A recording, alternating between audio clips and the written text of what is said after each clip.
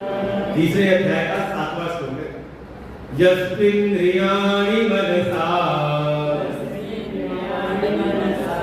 नियम्यारभतेऽर्जुन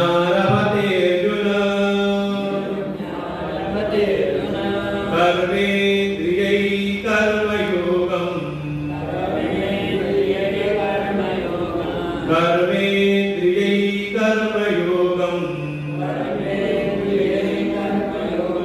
असक्तः स विशिष्यते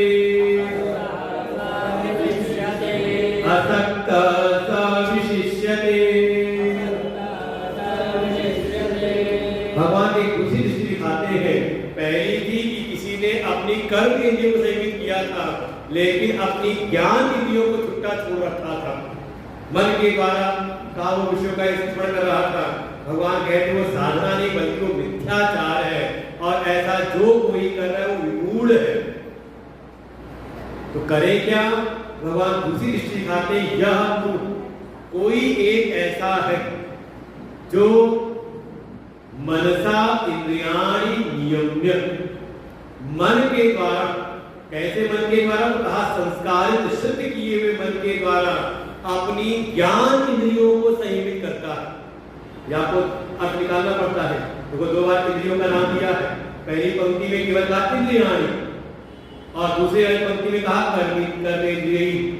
तो इससे अपने आप तात्पर्य निकाले कि पहली जो इंद्रियां कही है वो कही है ज्ञान इंद्रियों के लिए।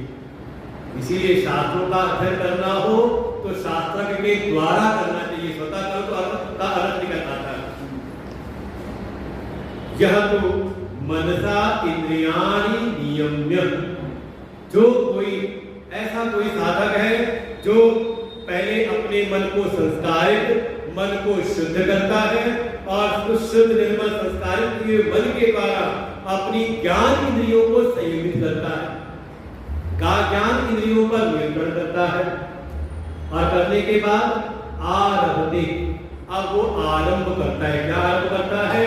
कर्मेंद्रियैः कर्मयोगम्, जो कर्म की इंद्रियां हैं उनके द्वारा कर्म करता है, वो भी कर्म योग की स्थिति में। तो कौन है वो? और साथ में एक शब्द और है असक्त, असक्त होकर के, अनासक्त होकर के, आसक्ति से रहित होकर के वो कर्म योग करता है। तो क्या होता है? कहा सा विशिष्यते, वो फिर विशेषता को प्राप्त होता है जो पहले वाले कहा था उसकी अपेक्षा में। जो पहले कह के आए थे छठे श्लोक में, उससे ये ज्यादा विशेष है, उससे ये ज्यादा श्रेष्ठ है। कर्मयोग का स्थान है इसमें। और विचार करें तो यहाँ पर पहले तो कहा क्या? पहले हमारा मन शुद्ध हो और निर्मल हो, क्योंकि शुद्ध और संस्कारित किए हुए मन के द्वारा ही आप संयमित कर सकते हो इंद्रियों को। अब इसको समझना हो तो आपको उपनिषद में जाना पड़ेगा। उपनिषदों में रूपक दिया कि ये जो शरीर है ये शरीर रथ है, और रथ का स्वामी का आत्मानं प्रतिनं विद्धि शरीरं रथमेव जो बुद्धिं तु सारथिं विद्धि मनः प्रक्रमेव च इंद्रियाणि हयानाहुर विषयान् तेषु गोचराः। ये वेद का मंत्र, कठोपनिषद का मंत्र। और देखिए इस मंत्र पे पूरा हमारा ये गीता जी का आधार रखी हुई है।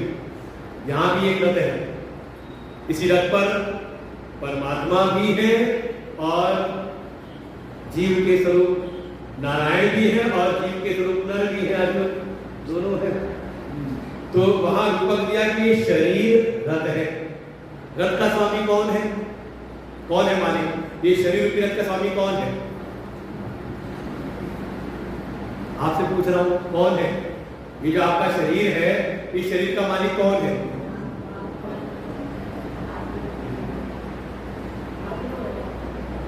आत्मा।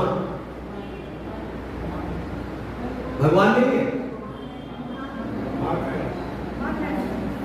देखो इतने लोग बैठे सबके नाम कह रहे पाते हैं।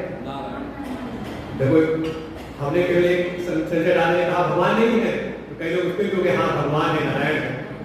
अच्छा भगवान अगर शरीर के मालिक होते तो ये शरीर जाता कहीं गलत जगह पर?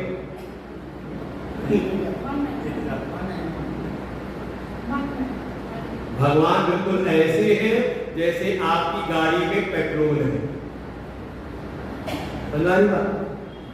बिना पेट्रोल की गाड़ी चल सकती है, लेकिन गाड़ी चल करके अगर जा रही है सत्संग में और गाड़ी चल के जा रही है कहीं कुसंग में, तो दोष किसका है? पेट्रोल का है।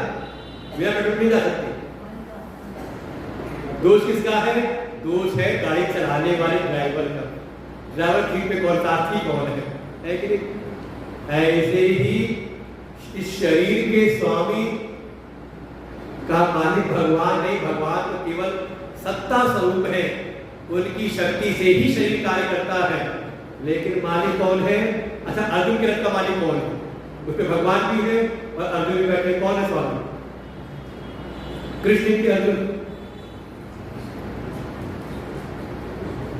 अरे कहते कृष्ण तो साथी है, नौकर है। अर्जुन कहता है कि प्रभु मेरे रथ को आज ले चलो इसके सामने। कहा आज मुझे कर्ण से युद्ध करना है। भगवान कहते चलो ठीक है, ले चलता हूं।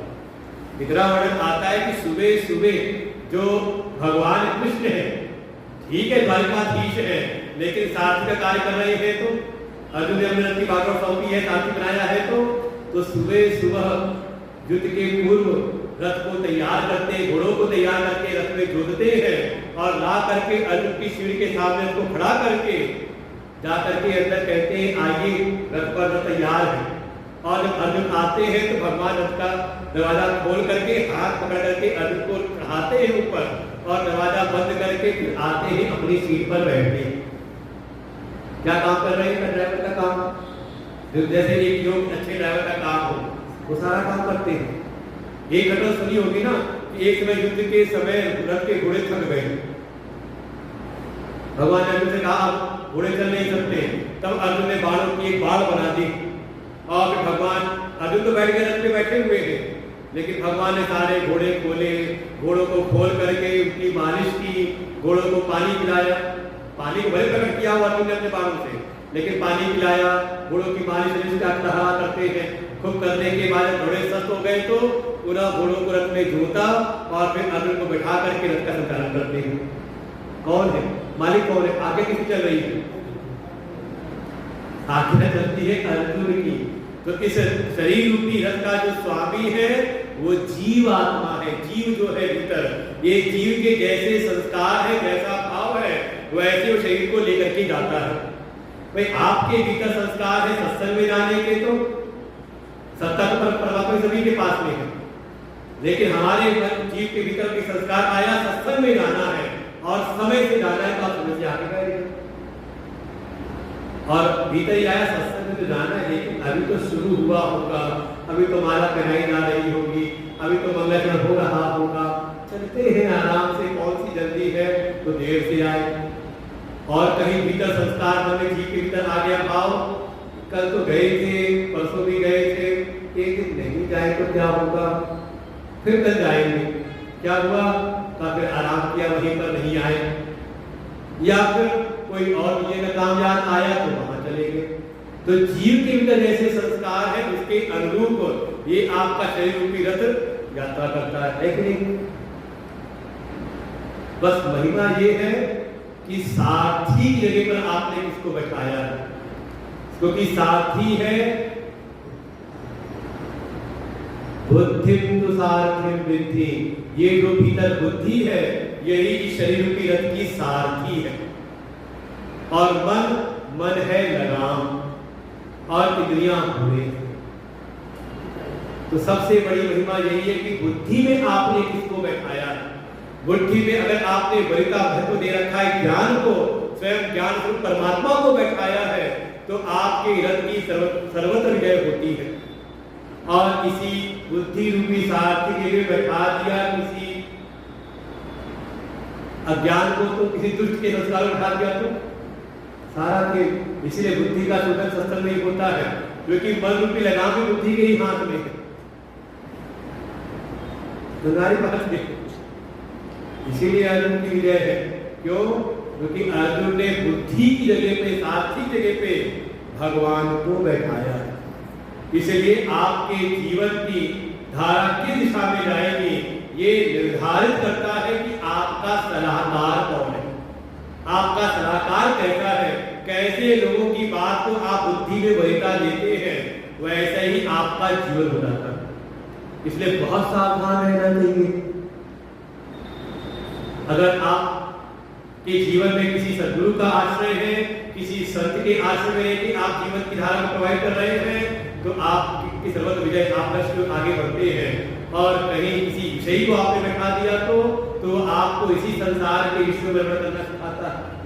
हम भी मौज में रहो, तुम भी मौज में रहो। और मौज कैसी होती है सब अनुभव बाद में ही होता है, समय निकल जाता है तब। इसलिए बहुत आवश्यक है। इसलिए सबसे ज्यादा आवश्यकता है बुद्धि में ज्ञान की प्राप्ति हो, और उस ज्ञान के अनुसार जो आपकी मन रूपी लगाम है वो आपकी ठीक ठाक हो, वो मन रूपी लगाम जो आपकी संस्कारित हो जाए। देखो मन का दोष नहीं होता। कई बार हम मन को दोष देते, पापी मन है, कहाँ लेके चला गया, हम मन के द्वारा भटक रहे, मन भी हमें फंसा देता है। मन नहीं, ये मन रूपी लगाम किसके हाथ में है? बुद्धि में आपने किसको वरीयता दी, किसको प्रायोरिटी दे रखी है आपने, बुद्धि में किसको आपने विराजमान किया है, उसके अनुसार ही मन रूपी लगाम कार्य करती है। और मन रूपी लगाम में ही कहा आपके इंद्रिय रूपी घोड़े संयमित होते हैं। यही कहा यहाँ पर मन के द्वारा मनसा नियम्य। और कैसे होगा? जब ये मन संस्कारित होगा। तो मन को कैसे संस्कारित करें? मन की शुद्धि का क्या उपाय? हमारे गुरुदेव कहते हैं 3 चीजें हैं, 3 तरह से आप मन को सुधार सकते हैं। पहला कहा क्वालिटी कंट्रोल। जो मन के विचार हैं उनकी गुणवत्ता को आप संयमित करें। हमें मन के भीतर कैसे विचार लाने, ये मन को कूड़ा घर ना बनाए। कई बार होता है, देखो समझने की बात है।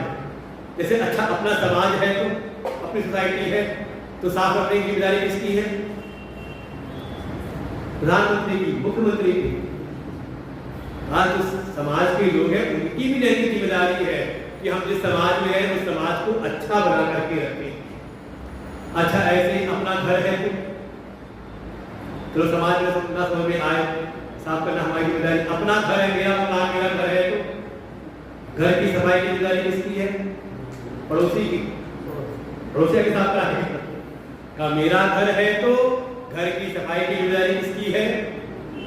मेरी है। अच्छा उसमें भी और अंदर आ जाए, मेरा कमरा है तो किसकी जिम्मेदारी सफाई रखने की, ठीक ठाक रखने की? तो केवल एक वर्ष पूरा घर छोड़ देते हैं, तो माताओं की जिम्मेदारी है सब कोई ठीक ठाक करे। मेरी है। ऐसी थोड़ा और भीतर आए, मेरा शरीर है तो मेरी देह है, मेरा शरीर है, तो इसको शुद्ध रखने की जिम्मेदारी, तो इसको स्नान ध्यान कराते हुए, शौच आदि क्रिया करते हुए स्वयं इसको ठीक ठाक रखे। अच्छा यहाँ तक तो सब काम कर लेते हैं, इस समझ आ जाता है। आप समाज को भी समझ लेते हो, ठीक ठाक रखना है, घर को भी ठीक रखते हो, कमरे को भी ठीक रख लोगे, शरीर को भी ठीक रख लेते हो। वो सजाते सवाल में शरीर के लिए, वो संसाधन लाते हैं शरीर को टीका करने के लिए। लेकिन इसी शरीर के भीतर जो हमारा अपना मन है उसकी शुद्धि। अब आप कहो कि हम तो कहीं बुरे विचार लाते ही नहीं, तो देखो इस बात को समझे, आप भले घर में कोई गंदगी लेकर के ना आओ, तो घर में कोई गंदगी लेकर के कूड़ा लेकर नहीं आता, लेकिन हर दिन घर से कूड़ा निकलता है, अपने आप आती है ना। अरे कुछ नहीं, आप 10 दिन के लिए अपने घर को बिल्कुल पैक करके चले जाओ तीर्थ यात्रा पर, कहीं टूर पर जाओ, और 10 दिन वापस आओ तो भले सब बिल्कुल बंद था, कोई आया गया नहीं घर में, लेकिन फिर भी घर आते ही माताओं का पहला काम है डस्टिंग, कपड़ा उठाया झाड़ू करना शुरू कर दी। क्यों? ठीक है कोई आया गया नहीं, लेकिन फिर भी कहीं ना कहीं से कुछ ना कुछ गंदगी धूल के कर आई गई भीतर। ऐसे ही ये जो हमारा भीतर मन है, इसको भी हमें शुद्ध रखना चाहिए। इसकी जिम्मेदारी भी हमारी अपनी है। भले ठीक है, अगर हम कहीं नहीं भी जा रहे, कोई हम गंदे विचार लेकर के भी नहीं आ रहे, लेकिन अगर आप इसको निरंतर शुद्ध करने के उपाय नहीं करते, और उसका एक ही उपाय है सत्संग। अगर आप निरंतर सत्संग स्वाध्याय में नहीं लगते, तो कहीं ना कहीं से इसमें गंदगी आ ही जाती है, और वो गंदगी कुछ और नहीं, आपके विचारों में आपको लक्षित हो जाएगी। तो पहला ही है हमारे मन के विचारों को, कि मन नाम की कोई और कोई ऐसी वस्तु है नहीं। विचारों का निरंतर जो प्रवाह है उसी का नाम है मन, वृत्त्यात्मकः मनः। जैसे नदी, नदी क्या है, किसको कहते हैं नदी? कहा जल को, हम कहे जल को सरोवर भी कह सकते हैं, तालाब भी कह सकते हैं, नदी को नहीं कहा, समुद्र भी कह सकते हैं जल का। नदी हम उसको कहते हैं, केवल जल को नहीं, जहां जल का निरंतर प्रवाह हो रहा हो। अंतर आ गया ना? जल के निरंतर प्रवाह का नाम है नदी। अगर जल कहीं रुका हुआ है तो उसको हम तालाब कहेंगे, सरोवर कहेंगे, झील कहेंगे, समुद्र कहेंगे, नदी नहीं कहेंगे। नदी किसे कहेंगे? कहा जल का जहां निरंतर प्रवाह, जैसे गंगा जी नदी है, यमुना नदी है कि ऐसे ही मन हम किसको कहते हैं? कहा ये जो भीतर वृत्तियों का, विचारों का निरंतर प्रवाह है, एक विचार आया गया, दूसरा विचार आया गया, तीसरा, चौथा, और कह सकते हैं असंख्य असंख्य हजारों हजार विचार निरंतर मन के भीतर आते हैं और चले जाते हैं। तो इन विचारों की गुणवत्ता को पहले हम संयमित करें कि हमारे विचारों में कोई बुराई ना आए, शुद्ध विचार आए, अच्छी चीजों के विचार आए। अरे कुछ नहीं तो परमात्मा के तत्व का परमात्मा को विचार, इसलिए कहते हैं जिसका आप चिंतन करते हो तो वैसा आपका मन होता है। इसके लिए कहा भगवान की उपासना करो, भगवान के नाम का जप करो, भगवान के रूप का ध्यान करो, उनके गुणशील स्वभाव का ध्यान करो। किस लिए कह रहे हैं? कहा जिससे कि हमारे मन के विचारों की गुणवत्ता का सुधार हो। तो पहला है क्वालिटी कंट्रोल, मन के विचारों की गुणवत्ता का सुधार। दूसरा कहा विचारों का को शुद्ध तो हमने कर लिया, लेकिन विचारों का जो प्रवाह बहुत ज्यादा है, अनावश्यक के विचार मन की तरफ आते रहते और जो हमें विकसित किए रहते हैं। तो दूसरा कहा इसकी क्वांटिटी को भी आप कंट्रोल करो, विचारों की जो मात्रा है उसको भी आप संयमित करें। एक शब्द आता है उपरति, तो साधना में कभी मान में सुना हो संयमित करने का, कि जो हमारे लक्ष्य के प्रति जो सहायक विचार है केवल उनका ही हमारे भीतर प्रवाह हो। जो है कि अब ये बात आपको सीखनी हो तो आज कल के जो प्रतियोगिता बैठने वाले विद्यार्थी है उनसे आप देखो, और ना हो तो इस समय जो जीते हैं या जो हारे हैं उन नेताओं के पास बैठ करके आप देख लो। इस समय उनको ना तो भूख की चिंता होगी, ना खाने की चिंता, ना दुनिया की चिंता, केवल एक चिंता होगी कि सत्ता कहां से हाथ में आ सकती है, क्या क्या संभावनाएं बन सकती, क्या है। जो उनके जीवन का लक्ष्य है सत्ता पाना, तो कम से कम 2 महीने से उनके जीवन में आप कहते हो सत्संग में तो जाए, लेकिन इतनी गर्मी में रखा है सत्संग, 45 degree temperature, 50 degree temperature Delhi का, और यहाँ आपने सत्संग, और वो सत्संग रखा है एसी हॉल में। आपको चिंता होती है, आप उन नेताओं से पूछो जो 2 महीने से कड़ी धूप में, ना उनको भूख की चिंता, ना प्यास की चिंता, क्या था, बस एक ही लक्ष्य, सत्ता कैसे कैसे हम जीते, और उसके लिए केवल उनके मन की तरफ कम से कम 2 महीने उनको कोई नातेदारी, दुनियादारी, रिश्तेदारी कोई उनको जाने नहीं होगी। क्या है, जहां जैसे ही कुर्सी मिले उसके लिए प्रयत्न, क्या किया होगा, विचारों को सीमित किया होगा, नहीं किया होगा, केवल और केवल उसी गणना में मन लगाओ कि नहीं लगा होगा। ऐसे कोई साधक है तो थोड़ा विचार तो करे कि अनावश्यक जो चीजें हैं वो हमारे मन से दूर हो जाए, जो हमारे जीवन का लक्ष्य है उस लक्ष्य की सिद्धि में सहायक जो विचार है केवल वही विचार हमारे भीतर चले। ज्यादा दुनिया की निंदा, बुराई, चुगली, इनसे हमारा मन बचे। और देखो यही होता है, आप बैठे हो बिल्कुल शांत आराम से, तब तक कोई आया और उसने बताना शुरू किया अरे तुम्हें पता है वहां पर क्या हो रहा था? बस शुरू हो गया यहाँ से। क्या हुआ? उसने अपना मन तो दूषित किया वहां देख करके, और दुनिया में ही होता है, अपना मन दूषित हुआ तो मन में कूड़ा करके भरा हुआ है, तो अब मन होता है कि ये कहाँ पर हम उड़ेंगे। तो आ जाते हैं किसी न किसी के पास में और तुरंत इसकी निंदा बुराई सब। अच्छा, मन बिल्कुल शांत है, आराम से, कोई चिंता नहीं, बढ़िया मसाज में लगे हुए हैं, लेकिन हमने खोल दिया टीवी की डिबेट, न्यूज डिबेट, जो देख रहे होंगे इस समय बताए। अच्छा, देख करके न्यूज डिबेट देख करके जो जिस पक्ष वाला है उसके प्रतिकूल, क्योंकि सब टीवी चल रहा है, भारत चैनल वाले हैं, और समझ में आ जाता है कि कौन किसके पक्ष वाला है कौन मोदी के पक्ष वाला है, कौन राहुल गांधी के पक्ष वाला है कि नहीं। अब आपके मान लो जिस मन में आप, जिस पक्ष में आप लगे हो, उसके प्रतिकूल जो प्रतिक्रिया देते हैं तो कैसा होता है? मन दूषित होता है कि नहीं होता? बिल्कुल, मन तो हमारा शांत था, लेकिन बाहर के कुछ कुविचार आए, अनावश्यक विचार आए, और जैसे आपने मन में डाला उनको, आपका शांत शुद्ध सात्विक मन हो गया विक्षिप्त। इसलिए मात्राओं पर भी क्या सुनना है, क्या देखना है, क्या विचार अंदर लाने हैं, इस पर भी आपको नियंत्रण, मात्रा पर, उसकी गुणवत्ता पर, क्वालिटी पर भी, साथ ही उसकी क्वांटिटी पर भी, इसको आप नियंत्रित करें, क्योंकि मन के भीतर अथाह सामर्थ्य, अथाह शक्ति है। अर्जुन 6वें अध्याय में कह देंगे, चंचलम ही मना कृष्ण प्रमाति बलवत् दृढ़। तो वहां तो दोष भी दिखाए हैं कि चंचल है, प्रमाति है, लेकिन साथ ये भी कहा है बलवत् है, बलवान है और दृढ़ है। एक बार जहां लग जाए तो लग ही जाता है।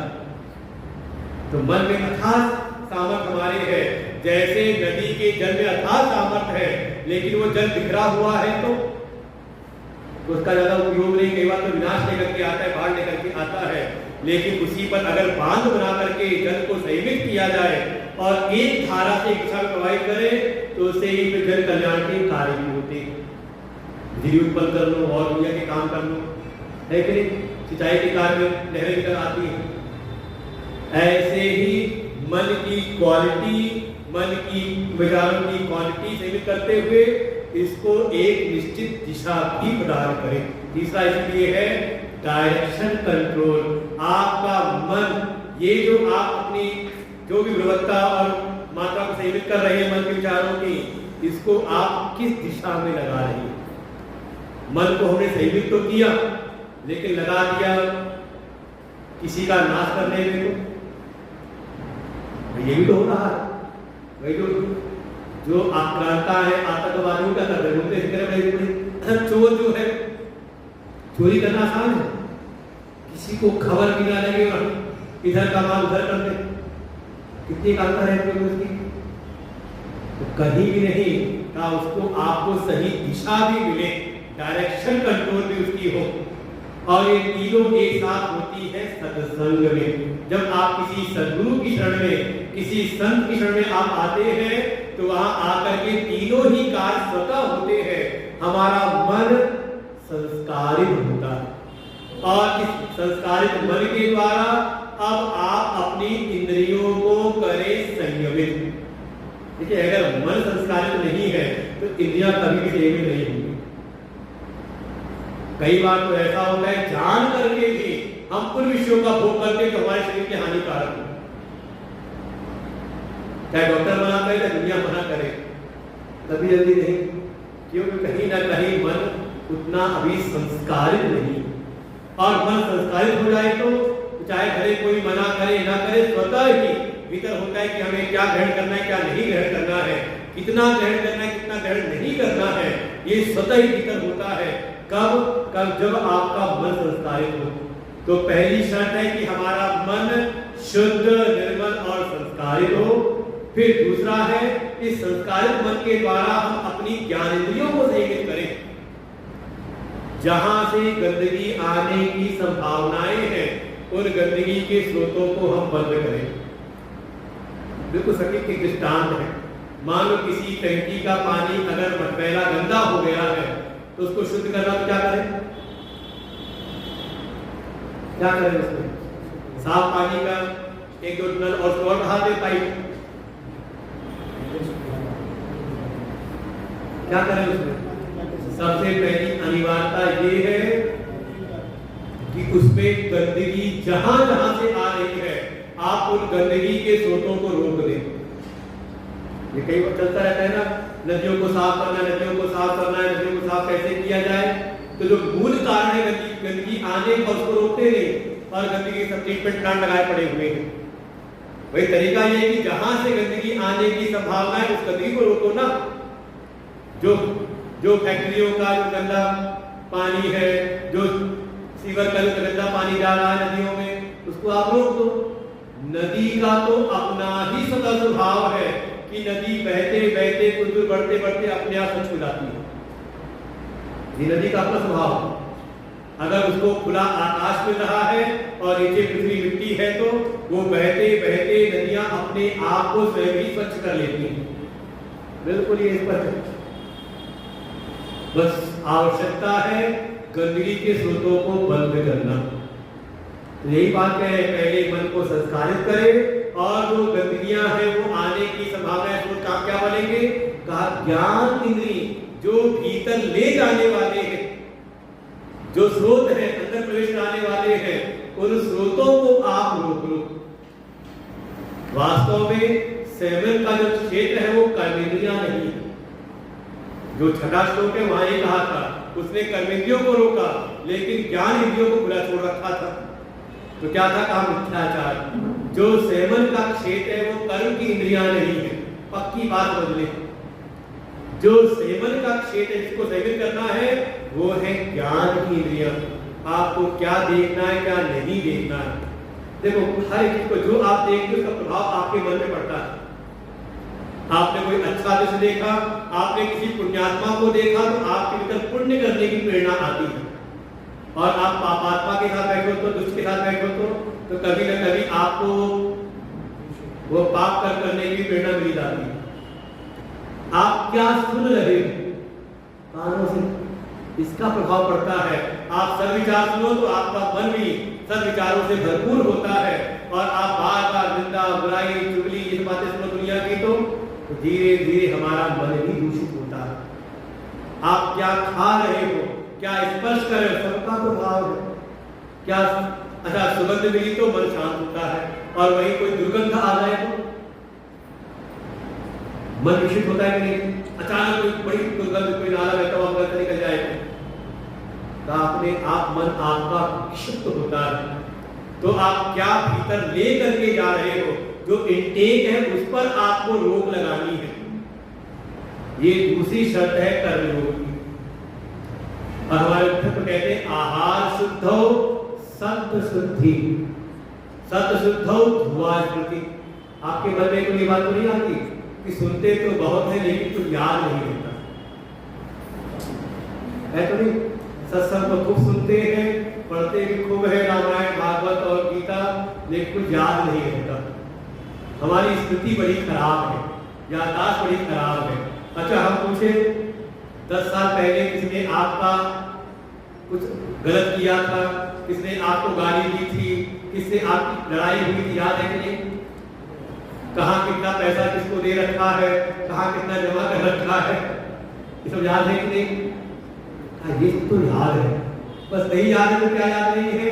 कहा भगवान की चर्चा याद नहीं है।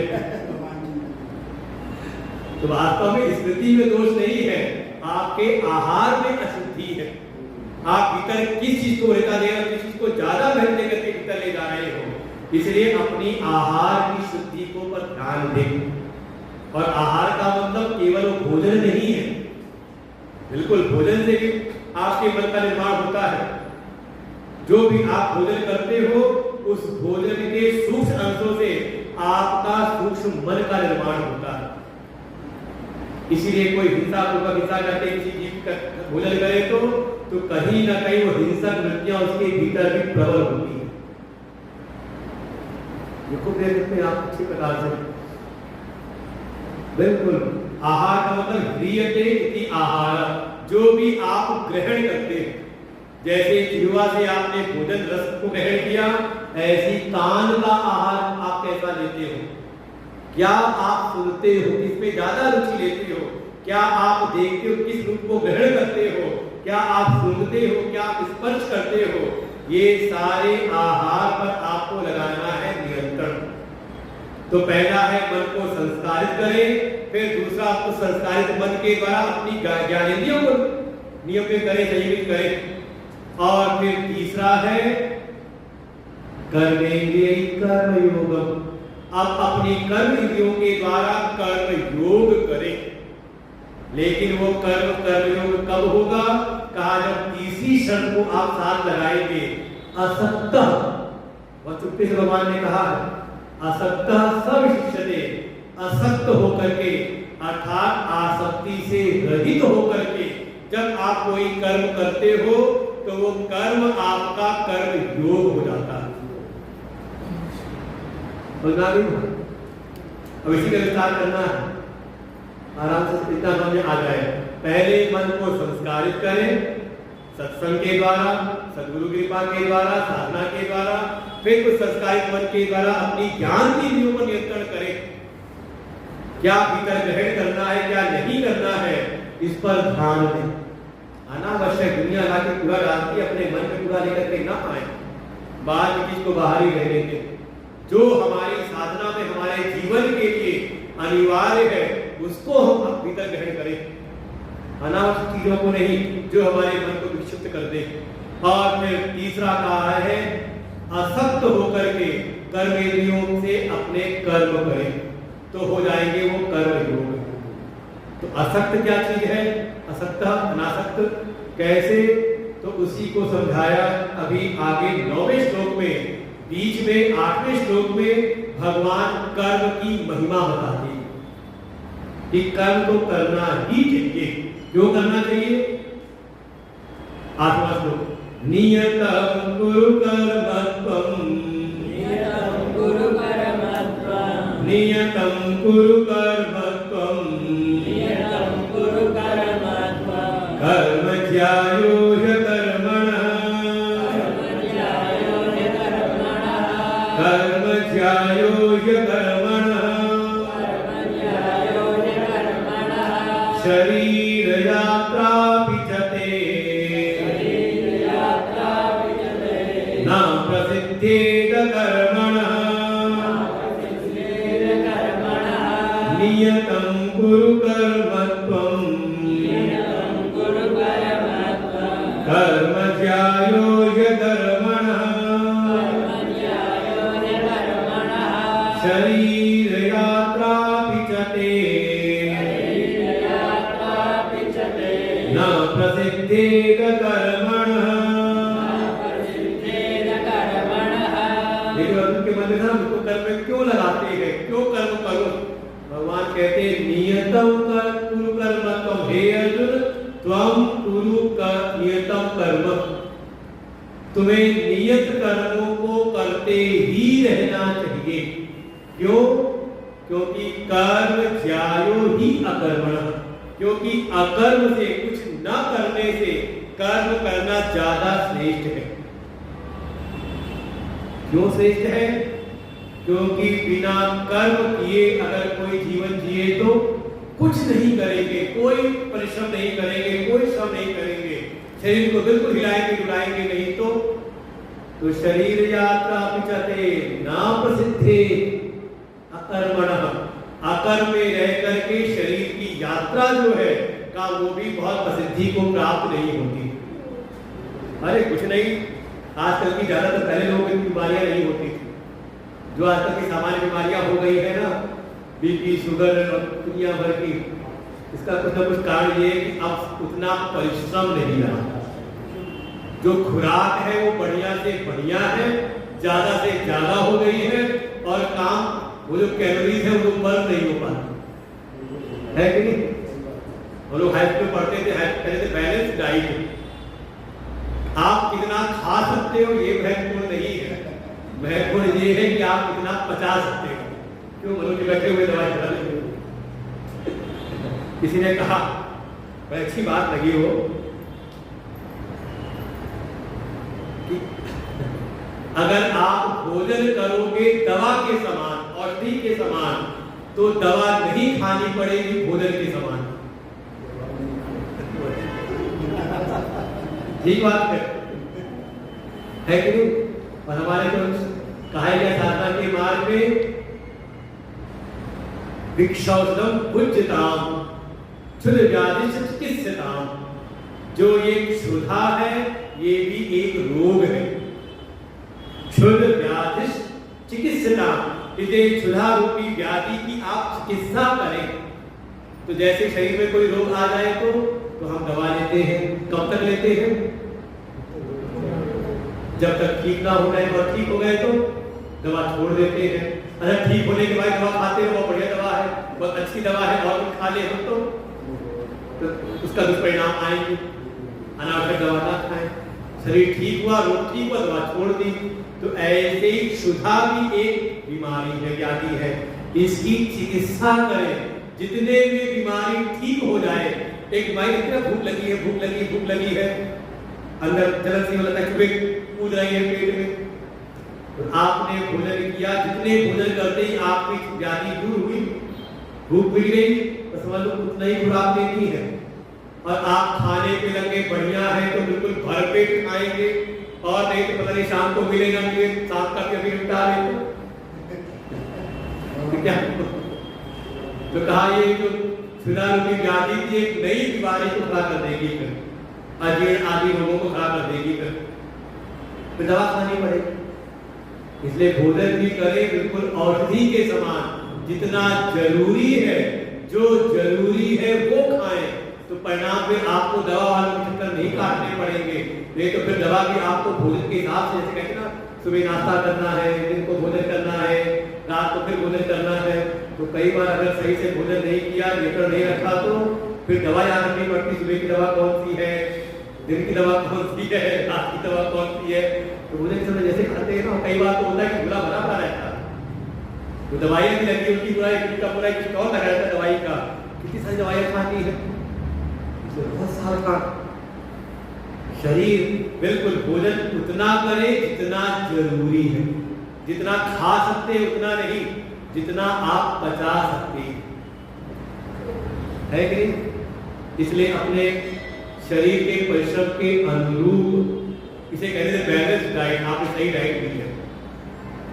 जितनी कैलोरी आप बर्न कर सकते हैं उतना आप कैलोरी लीजिए। शरीर को भोजन के लिए बल्कि कैलोरी की आवश्यकता है, उतना सावधानी पूर्वक, समझदारी पूर्वक कार्य कर, समझे। क्योंकि अगर कोई काम नहीं करता, केवल भोजन करने में, भोग करने में लगा रहता है, तो उसके शरीर की यात्रा भी ठीक ठाक नहीं चलती। किसी से आपको बहुत मीठे मीठे तौर पर किसी से आपको बदला लेना हो, उसका सत्यानाश करना हो, एक बहुत अच्छा उपाय है।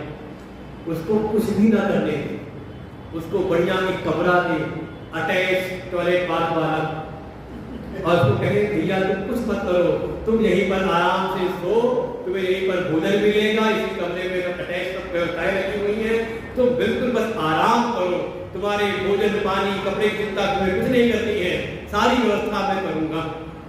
और 6 महीने उसकी ऐसी सेवा कर दे, क्या होगा? 6 महीने को आप बीमार हो जाएगा। वही कहे शरीर यात्रा पीछते ना प्रसिद्धे, उसके शरीर की यात्रा भी बहुत स्वस्थ पूर्वक साथ नहीं चलती। और तो और इस संसार में भी देखें, जिनकी भी शरीर की यात्रा प्रसिद्ध हुई है, अगर कोई किसी श्रेष्ठ गंतव्य की किसी ने प्राप्ति की है, तो उसका कारण उनका परिश्रम रहा। आलस्य में पड़े रहते, घर में सोए सोए सुस्त पड़े रह करके किसी की भी शरीर यात्रा प्रसिद्ध नहीं होती है। बिल्कुल आप देखें, अगर कोई अपने शीर्ष स्थान पर है तो, अरे हम कहेंगे राहुल गांधी भी अगर आज कहीं पर पहुंच गए हैं तो उनकी पद यात्रा को ध्यान से घर बैठे बैठे नहीं हुई है।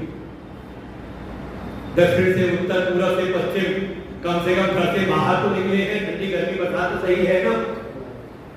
तो आज जो स्थिति है तो उस कारण से है।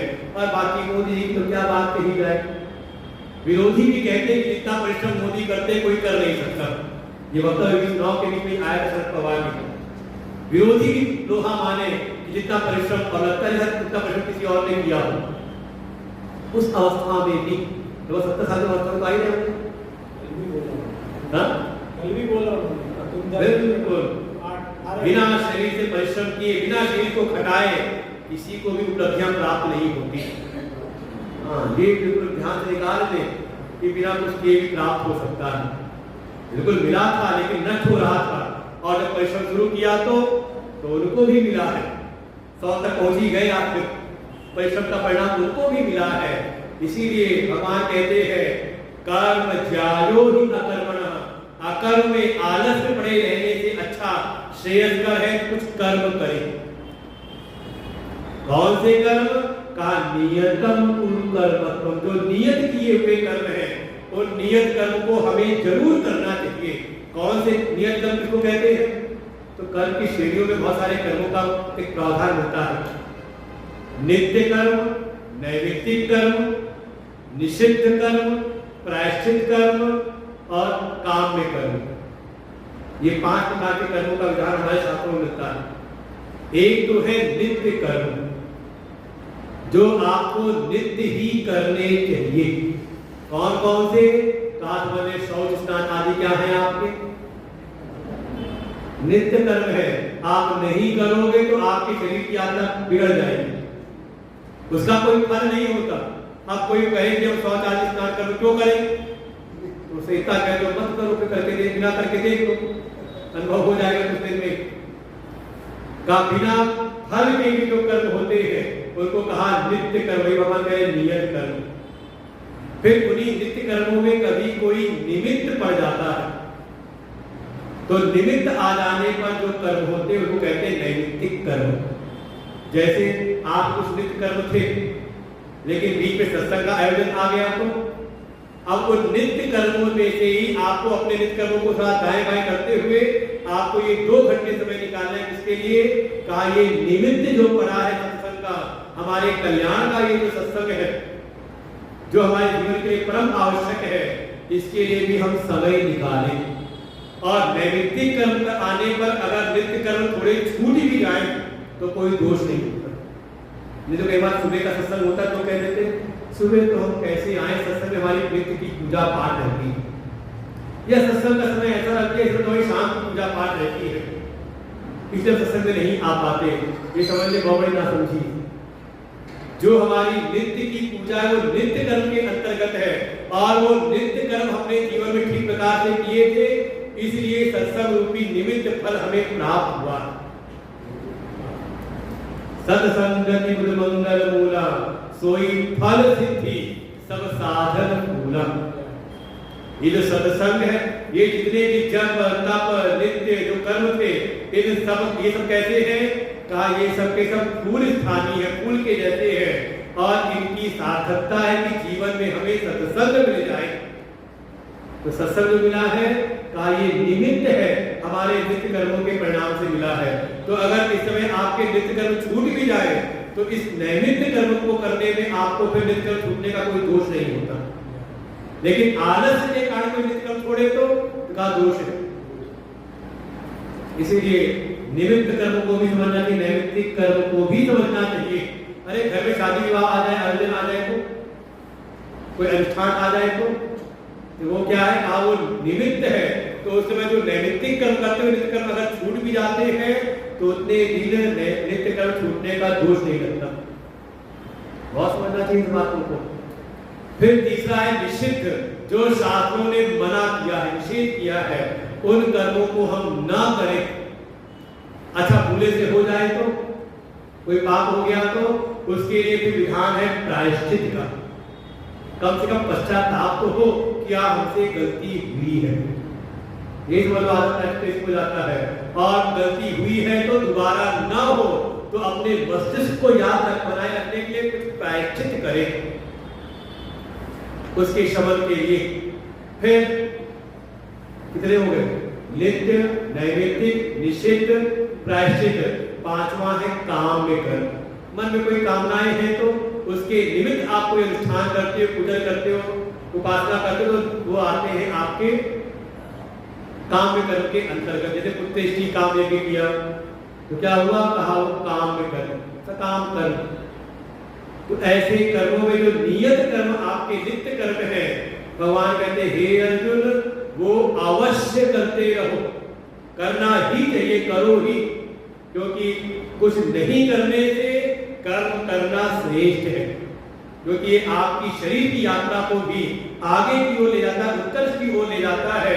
बैठे बैठे सोए सोए अपना शरीर भी ठीक नहीं रहता और शरीर की यात्रा भी प्रसिद्धि को प्राप्त नहीं होती। आज के समय अगर कोई भी किसी प्रसिद्धि को प्राप्त हुआ है तो अपने कर्मों के फलस्वरूप। अगर एक परिवार में भी किसी की प्रसिद्धि है तो उसके त्याग, उसकी तपस्या, उसके बलिदान, उसके कर्म के द्वारा। ऐसी किसी संस्थान में किसी का बड़ा नाम है तो कुछ तो उसने कर्म किया, प्रयास किया, दम तो है ना। बैठे बैठे सोए सोए ऐसे किसी को नहीं मिलता, और मिल भी जाए तो वो फिर टिकता नहीं। भगवान स्पष्ट कहते हैं।